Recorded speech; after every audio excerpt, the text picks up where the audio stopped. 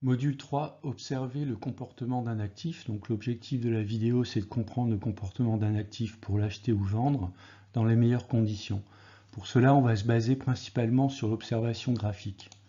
Alors effectivement, lorsque vous regardez le cours d'une action, parmi les outils que vous allez utiliser, alors soit votre broker, soit éventuellement des outils dédiés comme TradingView ou ProRealTime.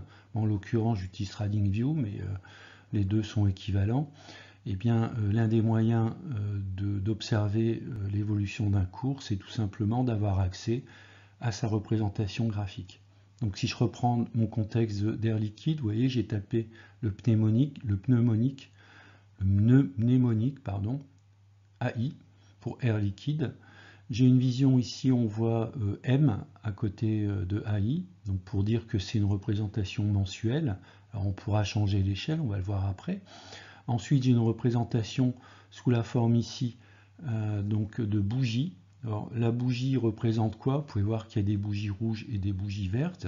Je viendrai dans le détail sur l'explication de ces bougies, mais on peut également avoir d'autres représentations. On peut ajouter des indicateurs, par exemple comme le volume d'échange, des moyennes mobiles, par exemple, qui peuvent être très, très utiles. Mais ça, on traitera également plus tard. La notion d'alerte, on verra également plus tard. Alors, ce qui est intéressant de retenir, c'est que je peux changer la période d'analyse de mon action. Donc, une petite astuce, ça peut être toujours intéressant de démarrer par exemple un niveau très gros, comme la notion de mois, pour voir sur une période relativement longue le comportement de l'évolution d'une action, et puis petit à petit descendre à une échelle un peu plus petite pour arriver par exemple à une vision quotidienne de l'évolution du cours. On peut même descendre à un niveau beaucoup plus fin puisque les outils permettent d'aller jusqu'à la seconde près. Donc qu'est-ce qu'on va voir? Par exemple ici j'ai rajouté les volumes, donc je peux voir l'évolution des volumes. Dans le premier cas on a vu c'était air liquide qui évoluait de manière constante et plutôt vers le haut.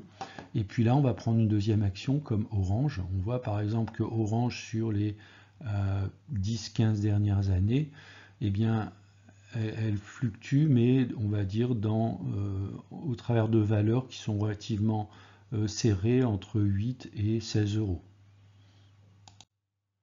On va prendre une autre action Société Générale. On peut voir aussi son comportement général, comme son nom l'indique.